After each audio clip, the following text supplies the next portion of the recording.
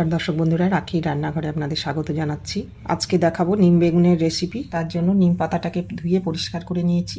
এখানে বেগুন কুচি করে নিয়েছি, একটা কাঁচা লঙ্কা।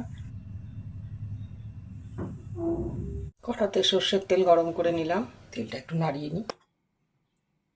নিম পাতাটা দিয়ে দেব, সামান্য একটু লবণ, হলুদ ছড়িয়ে ভেজে নেব। পাতা আমার ভাজা হয়ে গেছে, এবার আমি তুলে নেব। তাতে আবার তেল গরম করে নিয়েছি, একটা কাঁচা লঙ্কা কুচি দিয়ে দিই, কুচি করে রাখা বেগুনটা দিয়ে দেব, সামান্য একটু লবণ ছড়িয়ে দিলাম, সামান্য একটু হলুদ ছড়িয়ে দিলাম, কয়েক দানা চিনি, ভালো করে ভেজে নেব।